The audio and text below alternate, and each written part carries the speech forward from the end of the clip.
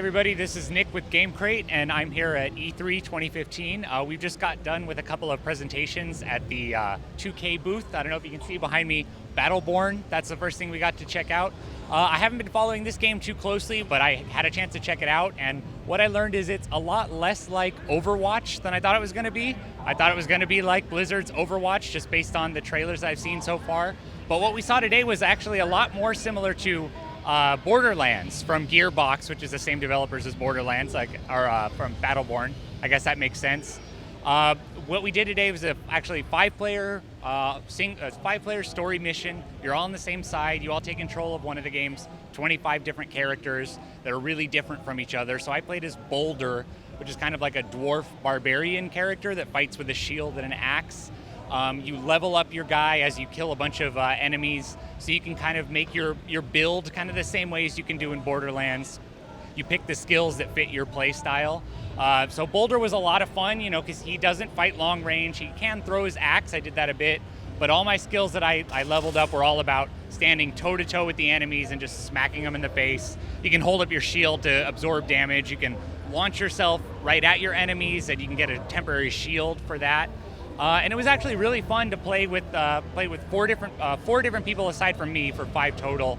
Walked across this ice level. Eventually we were escorting this giant spider robot thing, and we could upgrade it and give it shields and healing auras and things like that.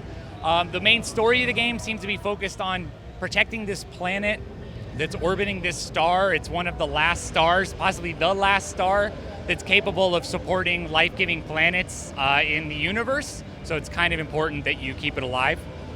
Generally, I'm going to be interested to see more about Battleborn. I want to try out different characters. It really looks like some of them may be great fun, some of them I'm not sold on yet because they're so diverse from one another. So that was Battleborn. The other thing that we just got done with was a hands-off presentation of XCOM 2. If you played the first XCOM, well, not the first XCOM, but the one that we had a couple of years ago in 2012. This is the sequel to that. If you played that one, this is a lot like that. The gameplay is instantly familiar. The graphics don't look astoundingly better. I think the best thing we saw in this presentation for XCOM 2 is the way that they've mixed in kind of like, not exactly cutscenes, but animated moments of drama in the middle of fights. The level that we saw, you're taking control of the underground now XCOM resistance, and you're trying to blow up this statue to really give your side a moral boost. And it was really exciting, and as you move your guys forward, little vignettes play out, stuff happens, the story advances, you get perspectives from over the shoulder, and then as new enemies arrive, you see them swinging in. Probably the other big highlight of XCOM 2 is the enemy design.